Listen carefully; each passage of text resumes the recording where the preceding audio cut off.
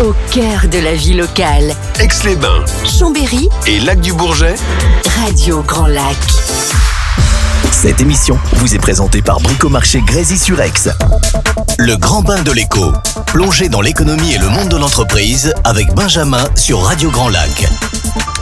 Bonsoir à toutes et à tous, chères auditrices et chers auditeurs de Radio Grand Lac. Bienvenue dans le grand bain de la vie locale, ou plutôt on continue dans le grand bain de la vie locale et on se retrouve dans le grand bain de l'écho, votre émission économique comme tous les premiers et troisièmes jeudi, c'est bientôt vendredi, premier et troisième jeudi de chaque mois. Nous ne nous étions pas vus le troisième jeudi du mois d'octobre parce qu'un invité exceptionnel en personne de l'acteur Jacques Gamblin nous avait fait le bonheur de nous consacrer 1 heure d'émission, et c'est bien volontiers que j'avais cédé ma place à mes compères de l'émission de cinéma, ou plus exactement des présentateurs de cette émission de cinéma. Je les salue d'ailleurs.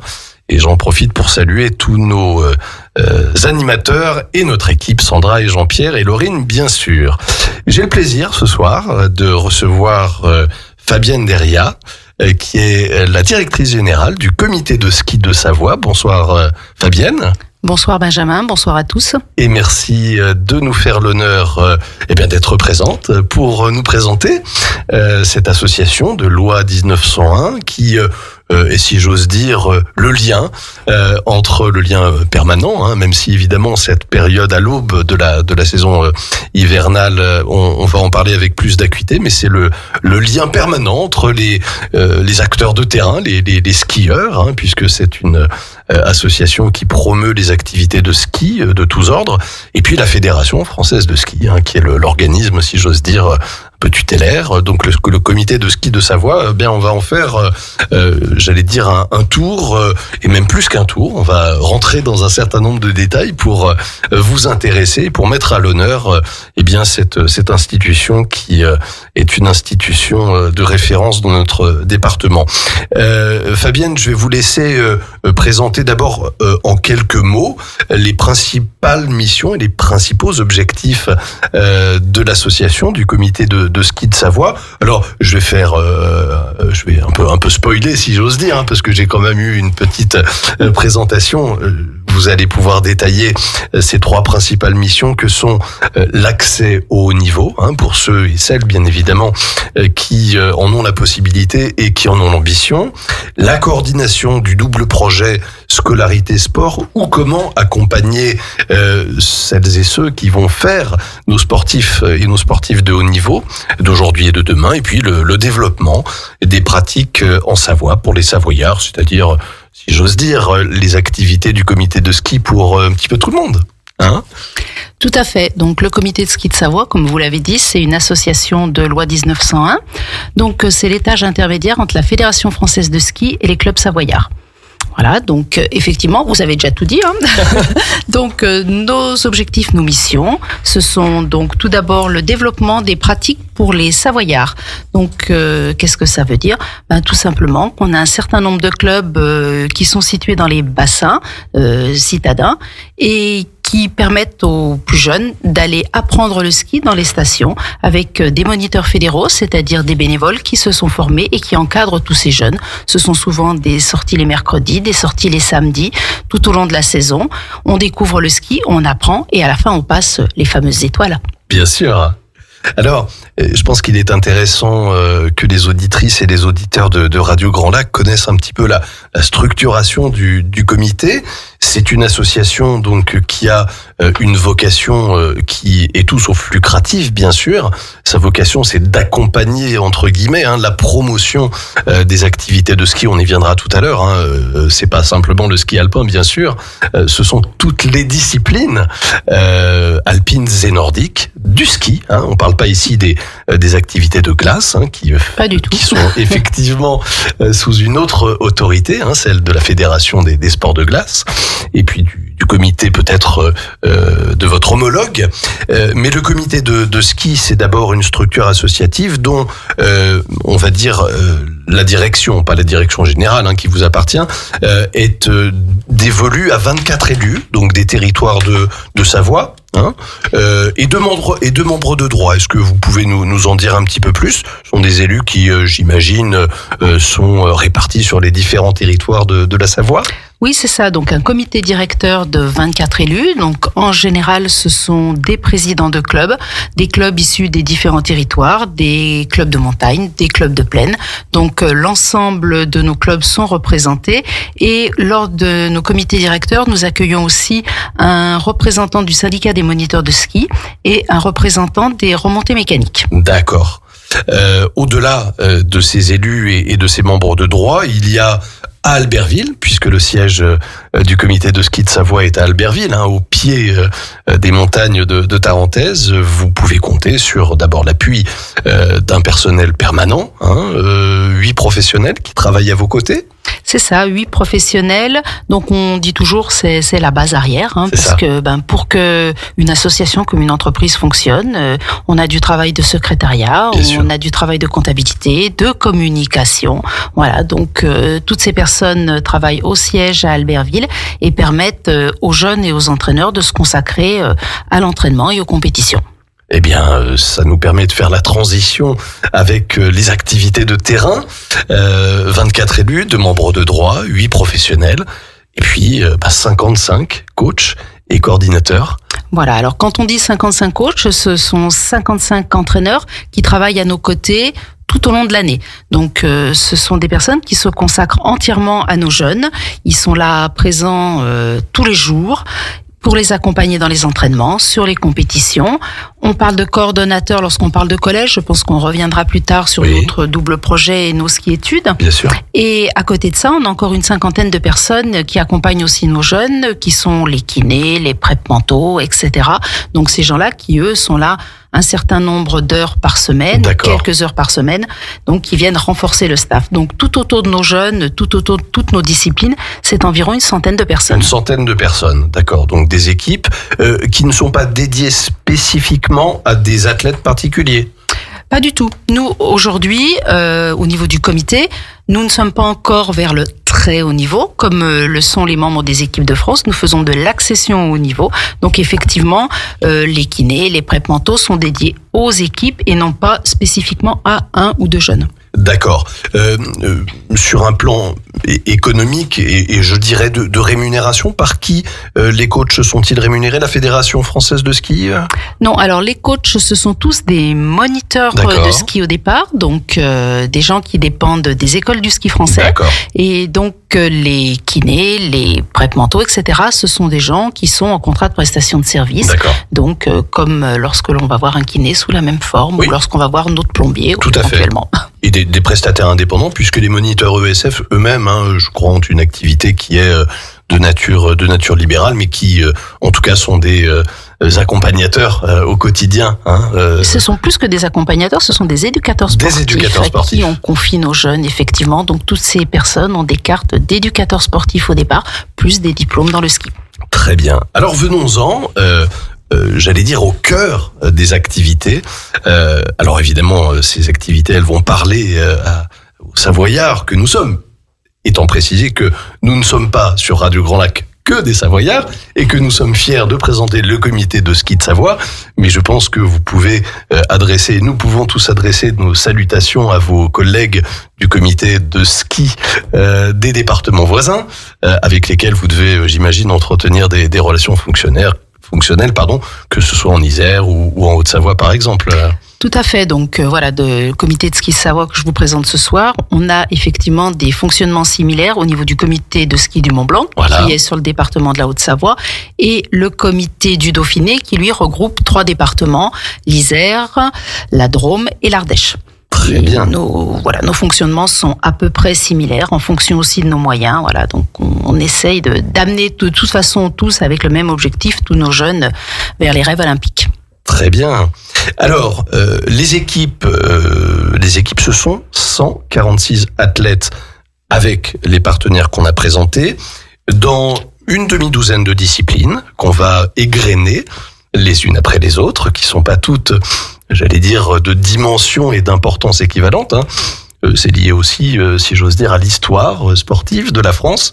Vous allez, je pense, comprendre assez rapidement et qu'il y a des disciplines qui sont un petit peu plus mises en valeur que d'autres. Le ski alpin, ce sont 27 athlètes aujourd'hui, hommes, femmes. Le biathlon, 42 athlètes. Alors le biathlon, qui a pris un essor absolument considérable depuis les Jeux Olympiques de 1992 et qui aujourd'hui, si j'ose dire, est devenu probablement la discipline de référence, probablement aussi celle qui, avec le ski alpin, est la plus courue chez les jeunes pousses qui souhaitent se lancer dans la compétition. Tout à fait, c'est une discipline aussi qui est très médiatisée, une discipline qui est très visuelle, une discipline qui se comprend facilement et qui est très très appréciée aussi par le grand public. Très spectaculaire. Voilà, et les jeunes adorent allier l'effort et le tir qui est la précision, donc c'est vrai que c'est quelque chose qui plaît énormément.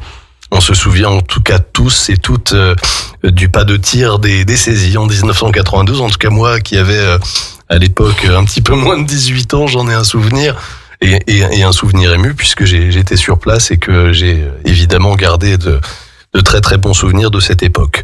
Le biathlon, le ski alpin, le ski de fond, bien sûr, qui est un sport traditionnel, le sport de référence du ski nordique, le snowboard qui est un sport plus récent mais qui nous ramène beaucoup de succès et de satisfaction dans les épreuves olympiques et mondiales, dont on peut rapprocher le ski freestyle également, le saut à ski et le combiné qui ont eu également une exposition particulièrement importante, notamment grâce à un athlète dont je me souviens qui était Fabrice Guy, champion olympique à Albertville en 1992, sur le tremplin de Courchevel. Et puis une discipline qu'on connaît un petit peu moins, qui est une discipline ancienne, qui est le télémark. Voilà, c'est ça. Donc, petite précision par rapport à tout ce que vous avez annoncé. Effectivement, ce sont les équipes du comité, c'est-à-dire les jeunes qui sont vraiment proches des portes des équipes de France, mais que ce soit en biathlon, en ski de fond, snowboard, effectivement, les jeunes arrivent des clubs et entrent dans les équipes comité. Par contre, en ski alpin, la densité est telle en Savoie que entre les clubs et les 27 jeunes qui sont au comité, on a créé ce qu'on a appelé les districts, c'est-à-dire ces 5 territoires qui correspondent à nos massifs montagneux, tout simplement. Donc, on a encore des jeunes pousses, des jeunes qui sont en U14, des jeunes qui sont en U16, qui sont vraiment tout proches de nos 27, mais encore un petit peu en formation avant de rentrer encore dans nos équipes ski alpin. Donc, ça veut dire que mes chiffres sont presque erronés, puisqu'il faut rajouter largement une 60aine de jeunes en alpin qui sont prêts à pousser les portes et qui sont vraiment enthousiasmés à l'idée de, dès l'année prochaine, rentrer dans nos équipes. Je ne vous cache pas, Fabienne, que je suis rassuré, entre guillemets, de voir que les chiffres que vous m'avez livrés sont en réalité un petit peu inférieurs, même significativement inférieurs, à ce que j'imaginais. Je pensais bien que le ski alpin drainait en effet plus d'ambition et de public. Cela me permet d'ailleurs de vous demander, c'est intéressant pour les parents qui nous écoutent, comment on devient une jeune pousse, un jeune pousse, et comment peut-on frapper à la porte du comité de ski de Savoie pour ensuite être pris en charge dans les conditions qu'on va évoquer dans quelques instants. Bon, le parcours, je pense qu'il est à peu près similaire dans tous les sports. Tout simplement, on rentre dans son club local, on s'entraîne, on se fait des copains, on s'amuse. C'est ça au début. Je pense que vraiment le mot c'est s'amuser, c'est le jeu. Ça c'est quelque chose qu'il faut pas qu'on oublie. Et puis petit à petit, on rentre dans le circuit des compétitions et au fur et à mesure, on est entre guillemets repérés, même si j'aime pas vraiment ce mot-là, mais c'est vrai que certains se détachent, ont plus de talent que d'autres, ont plus de possibilités d'aller vers le haut niveau. Donc ça se fait entre guillemets naturellement. On rentre en ski-études, on en reparlera tout à l'heure, où on a beaucoup de jeunes. Et puis au fur et à mesure, les coachs se retournent vers les clubs, les sélections se font et à un certain âge, on pousse la porte du comité. D'accord.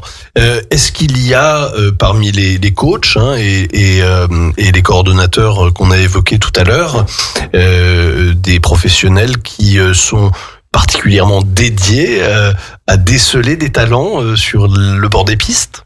On a effectivement ce qu'on appelle le référent du circuit U14 par exemple. Donc le rôle du comité, c'est aussi d'organiser des courses au niveau, alors on appelle ça régional, mais en fait départemental, donc sur le circuit Savoie. Et on a bien sûr le référent U14 qui connaît très bien tous ces jeunes. On a le référent U16 qui connaît lui aussi tous les jeunes de la catégorie. Et c'est eux qui nous aident à faire les sélections pour la suite. Très bien. Lorsque on a réussi, si j'ose dire, à passer sous les radars des détecteurs, ou que l'on a suffisamment d'ambition pour pousser la porte du comité de ski de Savoie, on va bénéficier de conditions de prise en charge qui sont particulièrement intéressantes, préférentielles, et vous allez, Fabienne, si vous le voulez bien, nous les présenter à travers ce qu'on appelle la résidence des champions, qui se situe à Albertville et qui est un petit peu le lieu d'accueil de ces futurs champions et de ces futures championnes. Effectivement, on a voulu ces dernières années à Albertville, où on avait nos bureaux depuis très très longtemps, créer une base de vie. Donc une base de vie, ça veut dire les bureaux, ça veut dire les salles de réunion, mais ça c'est l'administratif, c'est pour les plus grands. On a donc construit la résidence des champions.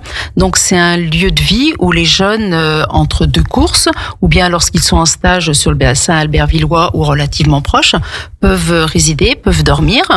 On a aussi créé une salle de sport. Donc ça, c'est notre dernière petite pépite. Donc salle de sport qui nous permet aussi de faire toute la préparation physique, parce que sans préparation physique, derrière, il n'y aurait pas d'athlète. Donc ça, on l'imagine pas au quotidien, mais c'est des heures et des heures aussi de prep physique. On travaille vraiment sa résistance. Et tout ça, grâce à cette salle de sport qui est équipée de machines de muscu dernier cri, ainsi que d'autres salles qui permettent aussi de travailler les assouplissements, etc. Donc, c'est deux beaux outils qu'on met à disposition des jeunes, et la résidence et la salle de sport. Alors, je suis pas un professionnel du sport, certainement pas. Je suis un pratiquant, j'allais dire ponctuel, plus que récurrent.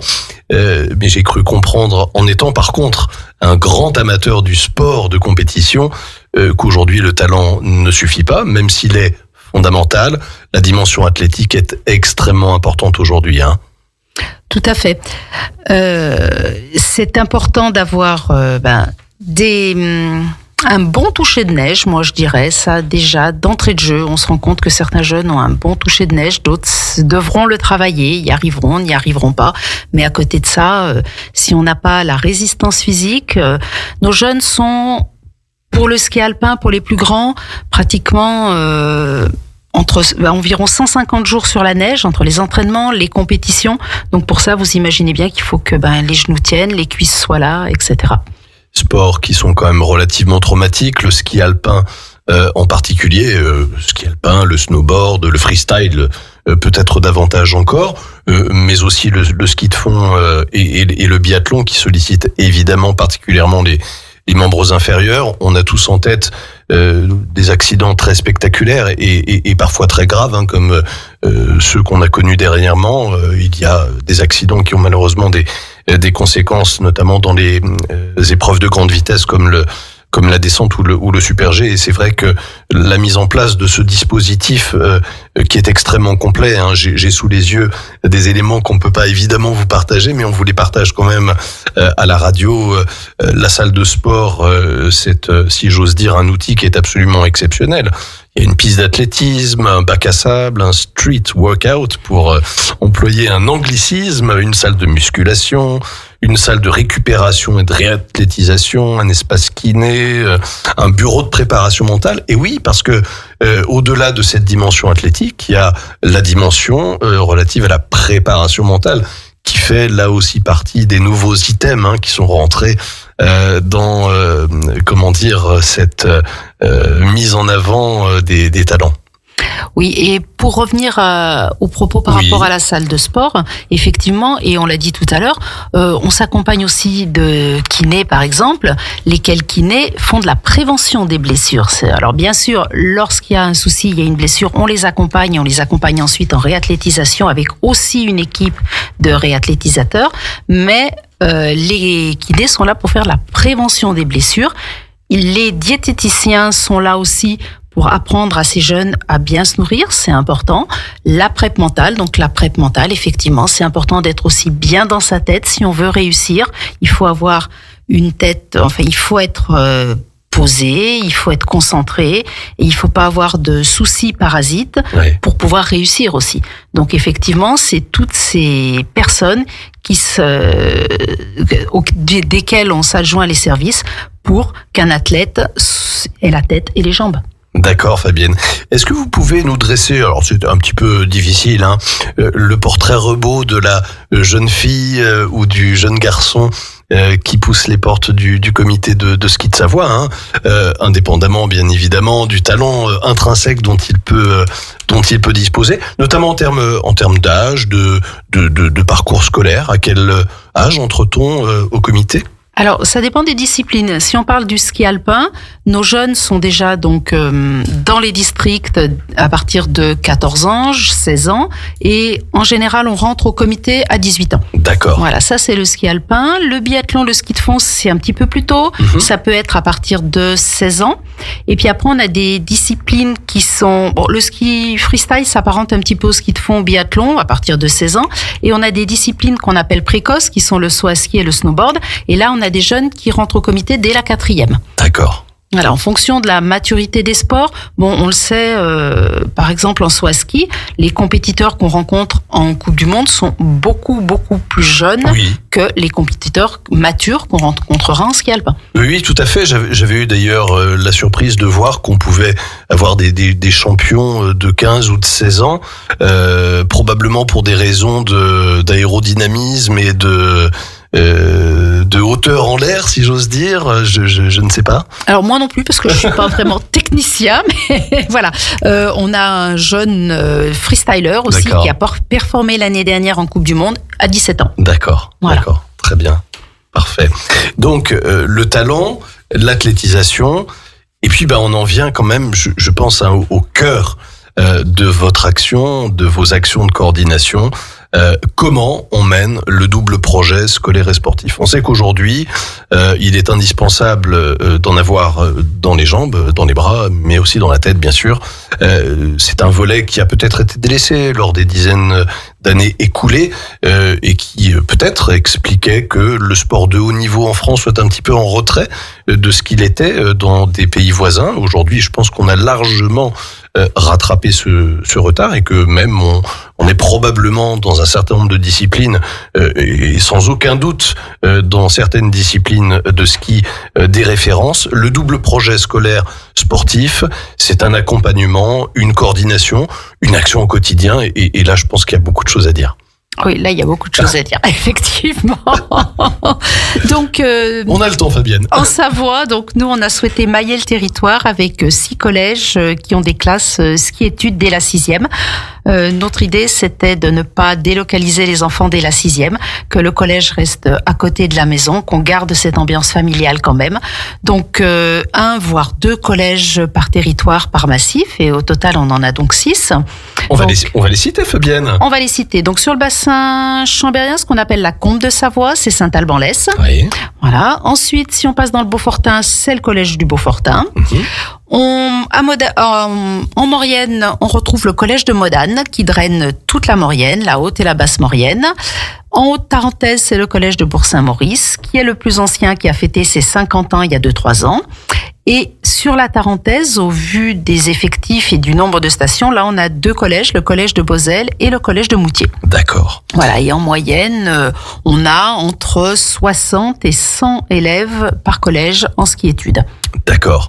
Les jeunes pousses qui ont déjà un certain âge, si j'ose dire, en sont à quel stade de leur parcours scolaire lorsqu'ils entrent au comité de ski de Savoie ?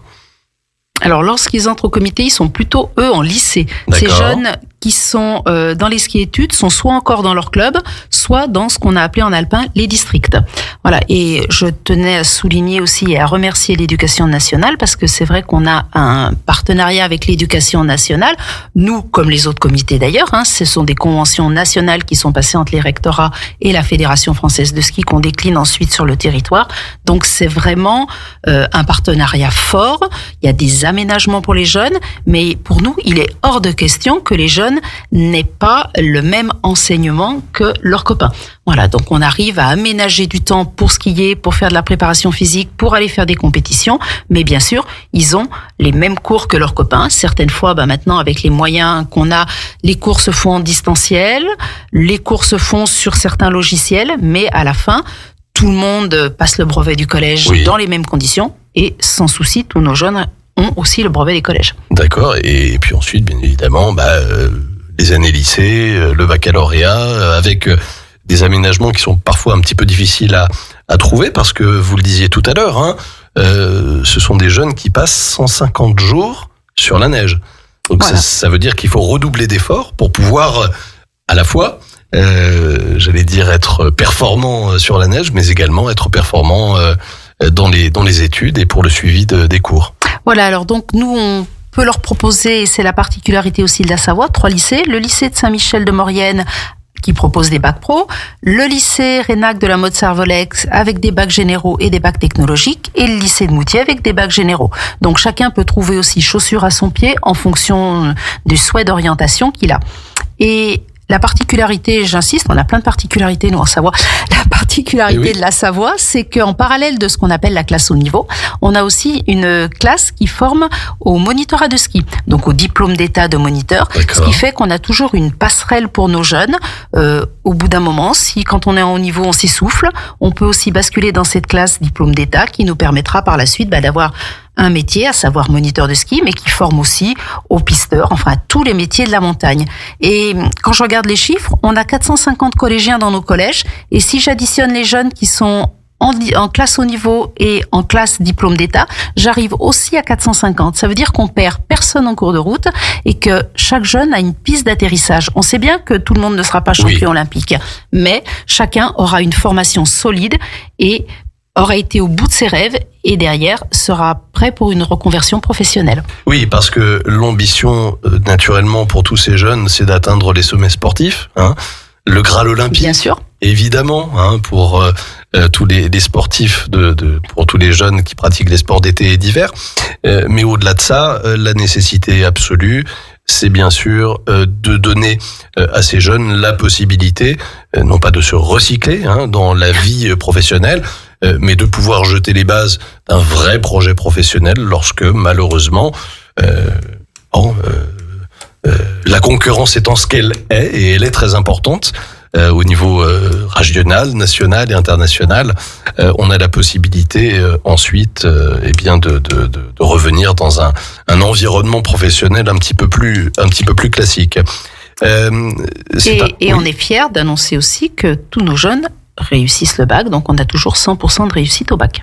Ce sont des résultats qui sont excellents, c'est le moins qu'on puisse dire, et qui, je pense, résultent de la bonne entente et de la bonne coordination entre le comité et ces différents établissements. C'est quelque chose qui est bien huilé aujourd'hui, si j'ose dire. Ça fonctionne très bien, et dans chaque établissement, on a souhaité aussi avoir un coordonnateur sportif, donc quelqu'un qui est détaché du comité et qui assure la coordination entre les enseignants et le côté sportif.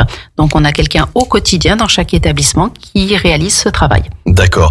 Les relations justement fonctionnelles, quotidiennes, comment se passent-elles ? Est-ce qu'on fait un débriefing sur chaque élève, sur la collectivité des élèves de manière générale ? Comment ça se passe au fil du temps, au fil de l'année ? J'imagine qu'évidemment les relations sont plus prégnantes lors de l'année scolaire. Alors déjà, les emplois du temps dans les collèges, par exemple, sont aménagés entre printemps, été, l'été, je l'oublie, pardon, entre le printemps, l'automne et l'hiver, où les emplois du temps ne sont pas les mêmes. Ensuite, dans les lycées, ce qu'on n'a pas dit, c'est que la plupart obtiennent leur bac en 4 ans, grâce à des dérogations. Donc, on fait une année de seconde. Ensuite, on répartit la première et la terminale sur 3 ans. Donc, ça laisse aussi les jeunes souffler au niveau de leur scolarité et de se consacrer ainsi au ski. Voilà.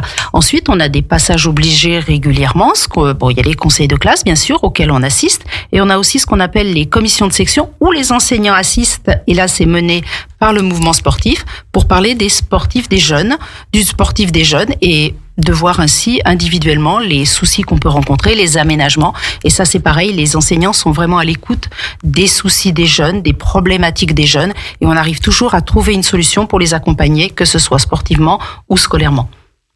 Merci Fabienne pour cette première partie d'émission que nous achevons. Et nous allons ponctuer cette émission d'une petite respiration musicale en vous retrouvant dans quelques petites minutes. À Aix-les-Bains, à Chambéry et bien plus encore, Radio Grand Lac vous accompagne sur le 92.1 FM. Cette émission vous est présentée par Bricomarché Grésy-sur-Aix. Le grand bain de l'écho. Plongez dans l'économie et le monde de l'entreprise avec Benjamin sur Radio Grand Lac. Nous voici de retour sur Radio Grand Lac dans le Grand Bain de l'écho, votre émission économique du jeudi soir. J'ai le plaisir de recevoir depuis 18h30 Fabienne Deria, directrice générale du comité de ski de Savoie. On a déjà dressé un large éventail des activités du comité, de son cadre, de ce qu'elle apporte, notamment en termes de coordination entre les activités sportives et les activités scolaires qui sont indispensables. On va, puisque nous sommes une émission économique, aborder dans quelques minutes les aspects micro et macroéconomiques qui ont leur importance, naturellement, parce que le comité de ski de Savoie est une association et que pour les besoins de son fonctionnement, il doit compter sur un certain nombre de contributions. J'ai souhaité avec Fabienne, et on en était évidemment d'accord, qu'on aborde 2 points qui sont extrêmement importants, et qui sont l'accompagnement d'abord du comité à l'égard, j'allais dire, de l'environnement, qui pèse sur nos jeunes. Aujourd'hui, on en parle beaucoup trop, parce que malheureusement, les faits qu'on ne peut plus qualifier de divers nous sont trop souvent rapportés dans cette bulle, si j'ose dire, des réseaux sociaux, mais ça n'est qu'une illustration.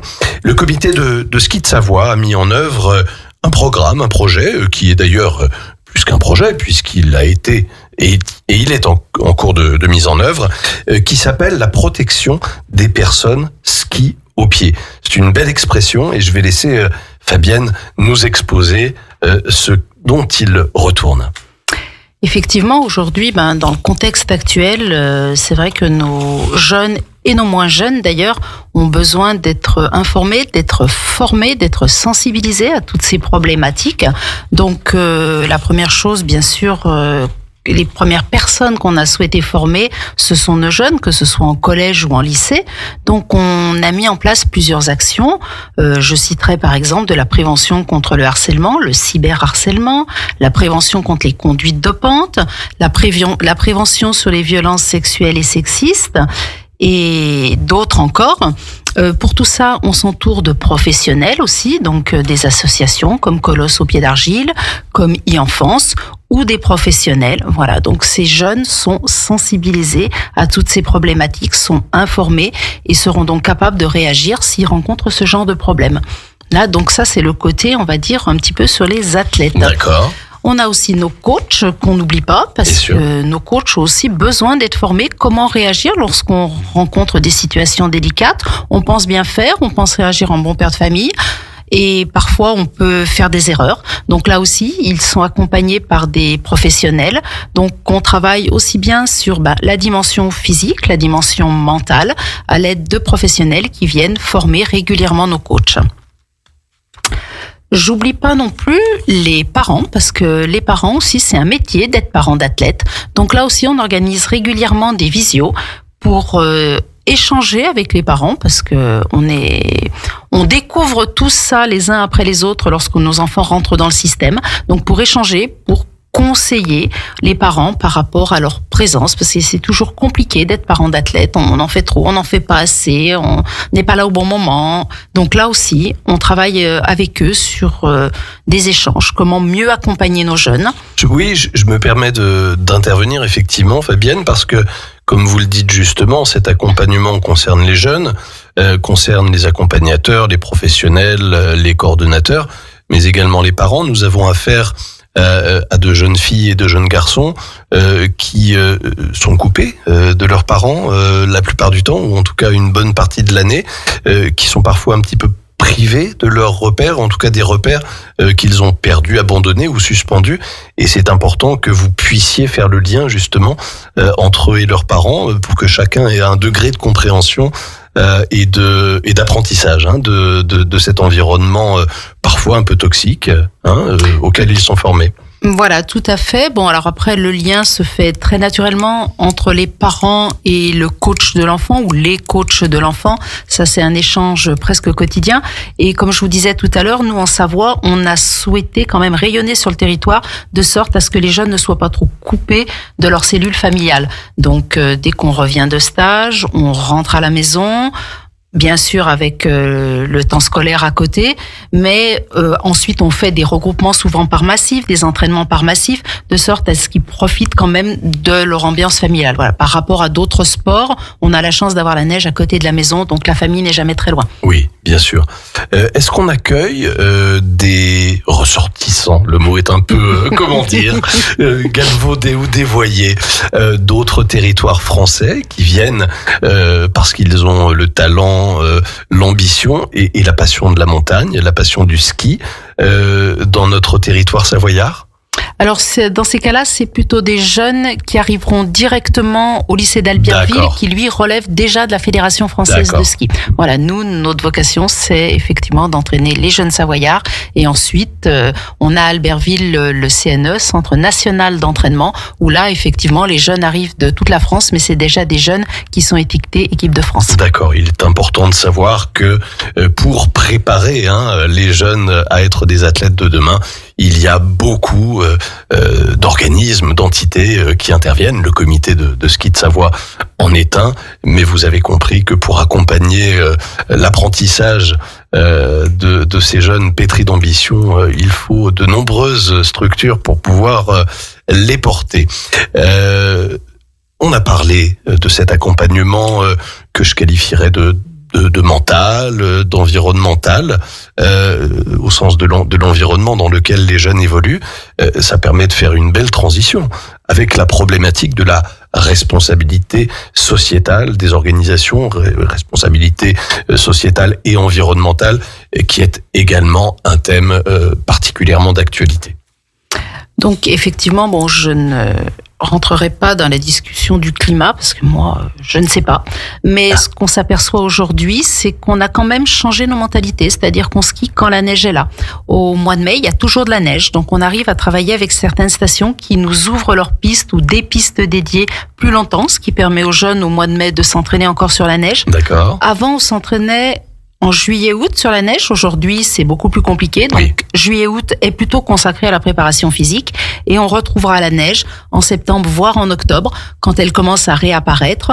Quand, par exemple, à Bessan, ça y est, la neige est étalée, le snow farming a fait son effet, donc on rattaque le ski sur neige à ce moment-là.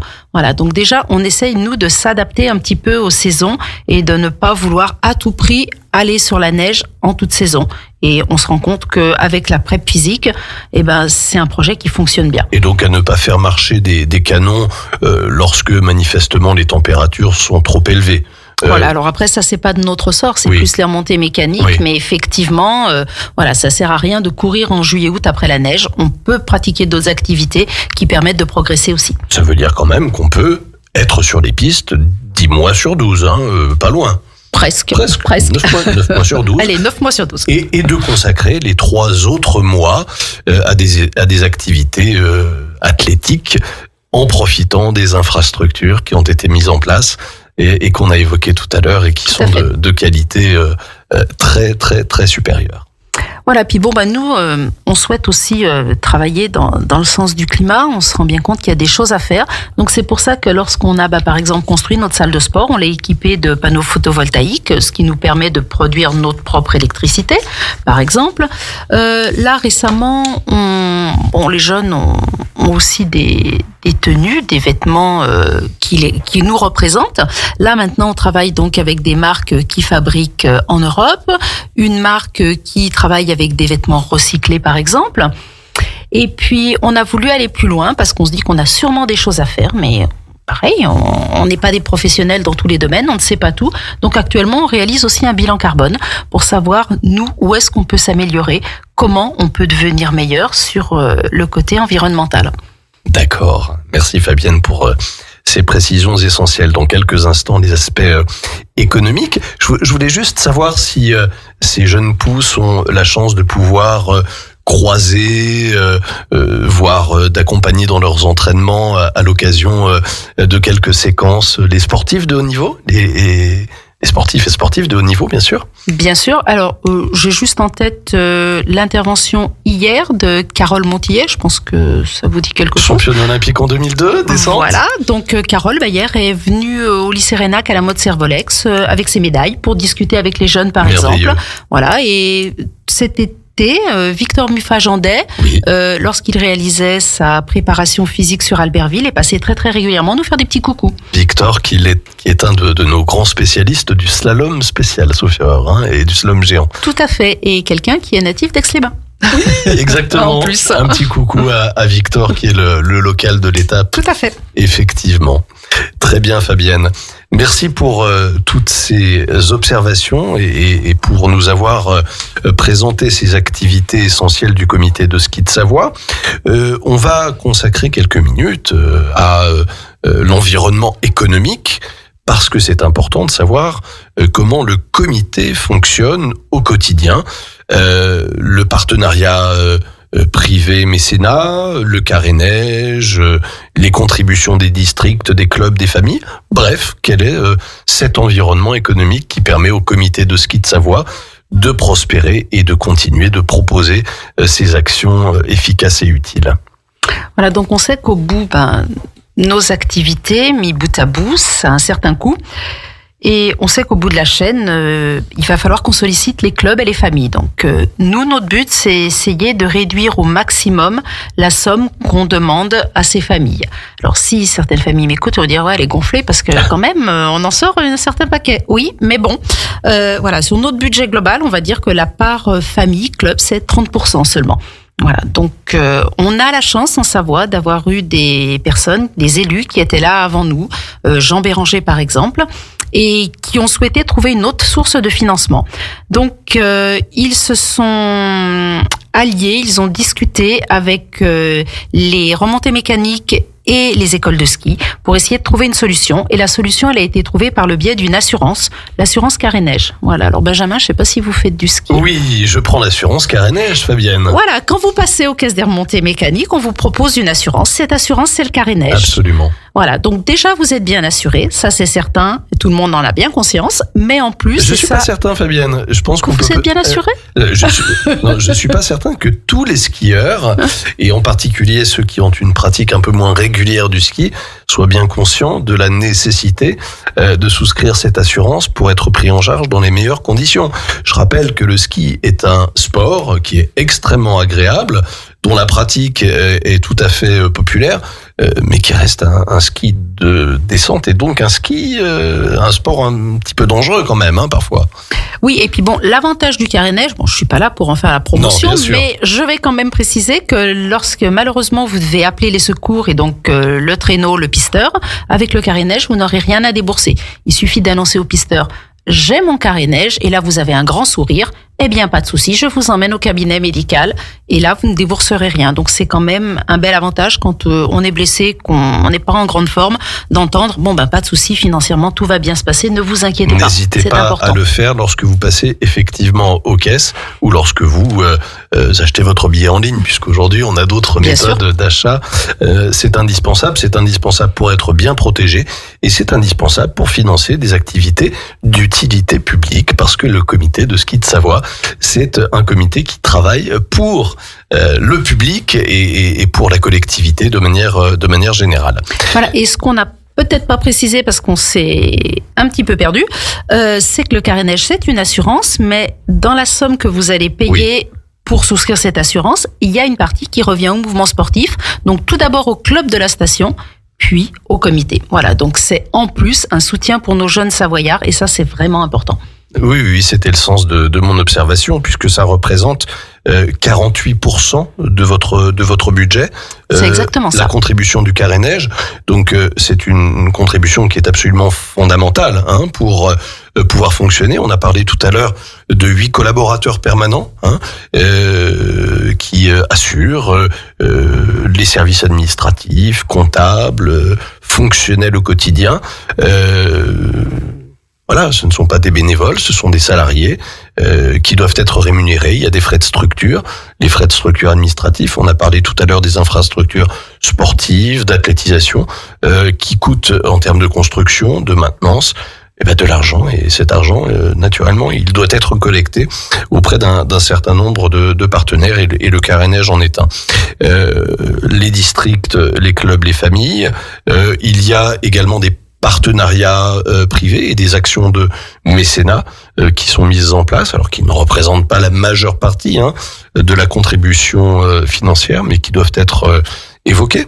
Bien sûr, on a des entreprises qui sont des amoureux du ski, des entreprises qui nous soutiennent, voilà. Et pour ce fait, on a créé aussi un fonds de dotation, voilà. Donc tout à chacun peut abonder aussi à notre fonds de dotation. Le moindre centime est toujours le bienvenu. Voilà, donc ce fonds de dotation permet de collecter des financements qui ensuite aident les athlètes. D'accord. Je pense que les auditrices et les auditeurs doivent se dire qui dit association dit subvention publique. Oui, mais non. Oui, mais si, quand même. On ne peut que les remercier, quand même. Un petit peu. Alors, naturellement, et on l'a évoqué tout à l'heure, dans le cadre de la collaboration, on a évoqué le ministère de l'Éducation nationale, toutes les enseignantes et tous les enseignants, et puis tous les coordinateurs des collèges et lycées qui permettent aux jeunes de pouvoir porter leur projet double de sportifs, mais également d'étudiants, d'élèves et d'étudiants. Et il y a donc cette contribution publique qui est extrêmement importante. Je parlais essentiellement de subventions. Bien sûr, on ne va pas oublier la région Rhône-Alpes. D'accord. Effectivement, donc la région nous aide. La région nous aidera aussi, bien sûr, pour préparer les futurs champions de demain pour 2030, puisqu'on aura les Jeux à la maison. Le département est présent à nos côtés, et aussi toutes les communautés de communes qui sont sur le territoire. Voilà. Je ne citerai pas les mairies, puisque les mairies ont plus tendance, elles, et c'est tout à fait logique, à aider les clubs. D'accord. Donc c'est déjà, je pense, un bel effort de toutes les collectivités, de toutes les institutions donc, qui soutiennent le ski. Et lorsque les mairies aident les clubs, elles aident donc involontairement, ou plus exactement, elles aident indirectement, pas involontairement, elles aident indirectement le comité de ski de Savoie, puisque les clubs sont des contributeurs du comité. Tout à fait, et comme on le disait tout à l'heure, le carénage aide aussi les clubs.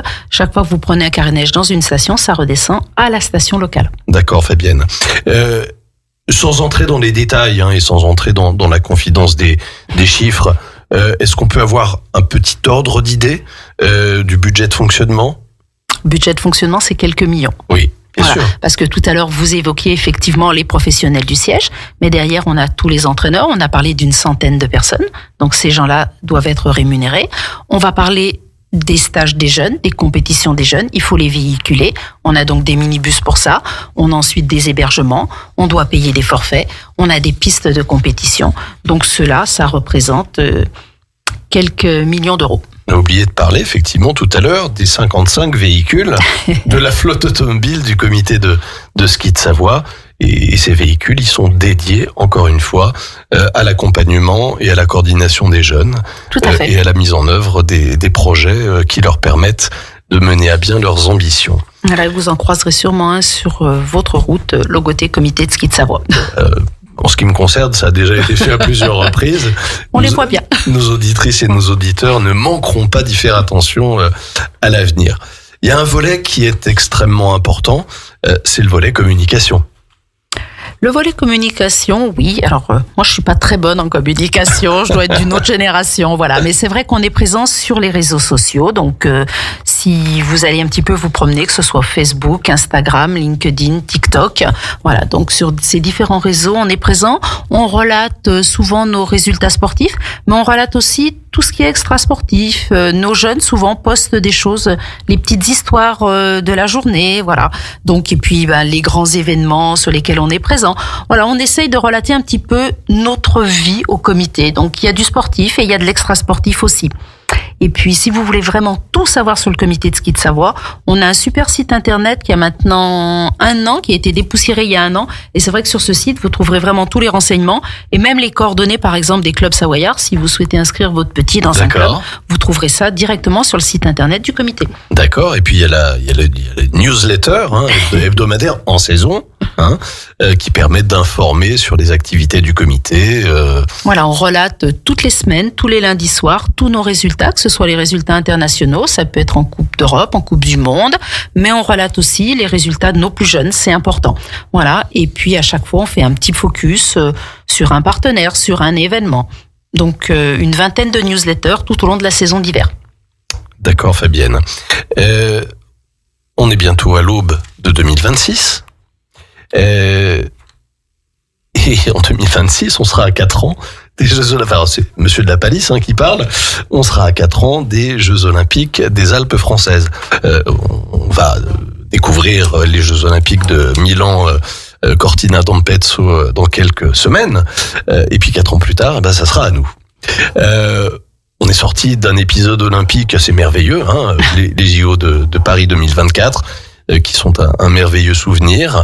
On entre avec beaucoup d'énergie et de passion en Savoie en particulier, mais pas seulement, puisque ces Jeux Olympiques seront les Jeux Olympiques des départements alpins au sens très large du terme, puisque Nice portera aussi en particulier un certain nombre d'événements, et que tout le sillon alpin sera concerné par les étapes. Mais il est entendu que nous, avec notre historique des Jeux Olympiques de 1992, avec toutes les infrastructures déjà existantes dont nous bénéficions, alors je vais citer 2 exemples, la piste de bob de la Plagne ou encore les tremplins de Courchevel. Comment on aborde dans seulement 4 ans, c'est un peu fou, parce qu'on a l'impression, ou plus exactement, on avait l'impression de parler d'une perspective lointaine, mais elle s'approche avec beaucoup d'acuité aujourd'hui. Tout à fait, mais si on parle effectivement d'investissement ou si on parle de piste, je pense qu'en Savoie, on est déjà très très bien lotis. Très récemment, Courchevel a utilisé la piste de l'Éclipse, donc je pense qu'on ne peut faire mieux en piste de descente. Les tremplins de saut, je pense qu'il y aura un petit coup de peinture, voire plus. Mais voilà, là aussi. À Courchevel, au Prat, je crois. Au Prat, c'est ça, voilà. Là, les tremplins sont déjà là. Alors, bien sûr, il va y avoir de la restructuration, il va y avoir de la reconstruction, il va y avoir de la mise aux normes. C'est pareil pour la piste de bob de la Plagne. Mais les infrastructures de base sont déjà là. Bon, j'ai oublié Val d'Isère. Voilà, Val d'Isère, la piste du Critérium, elle est prête. Voilà. Absolument. Donc, je pense que c'est pas vraiment en Savoie où il y aura le plus d'infrastructures à construire. Nous, ça sera plus de la mise aux normes. Tout est déjà presque prêt. D'accord. Voilà. Après, que ce soit nos sportifs, que ce soit tous nos partenaires ou tous nos amis du ski, on est bien sûr tous dans les starting blocks à tout niveau. Nos jeunes ne rêvent que d'une chose, c'est de ramener la médaille à la maison, évidemment. Et pas simplement de participer aux Jeux Olympiques. Est-ce qu'on sait, avec 4 ans d'avance, si j'ose dire, quelles seront les disciplines qui seront pratiquées en Savoie, indépendamment du ski alpin? Alors, le ski alpin, le saut, d'accord. Donc le bob qui n'est pas sous l'égide de la fédération, mais ça n'empêche quand même que ça reste une très très belle discipline. Voilà, je pense que on sera déjà bien quand on aura fait le tour de tout ça.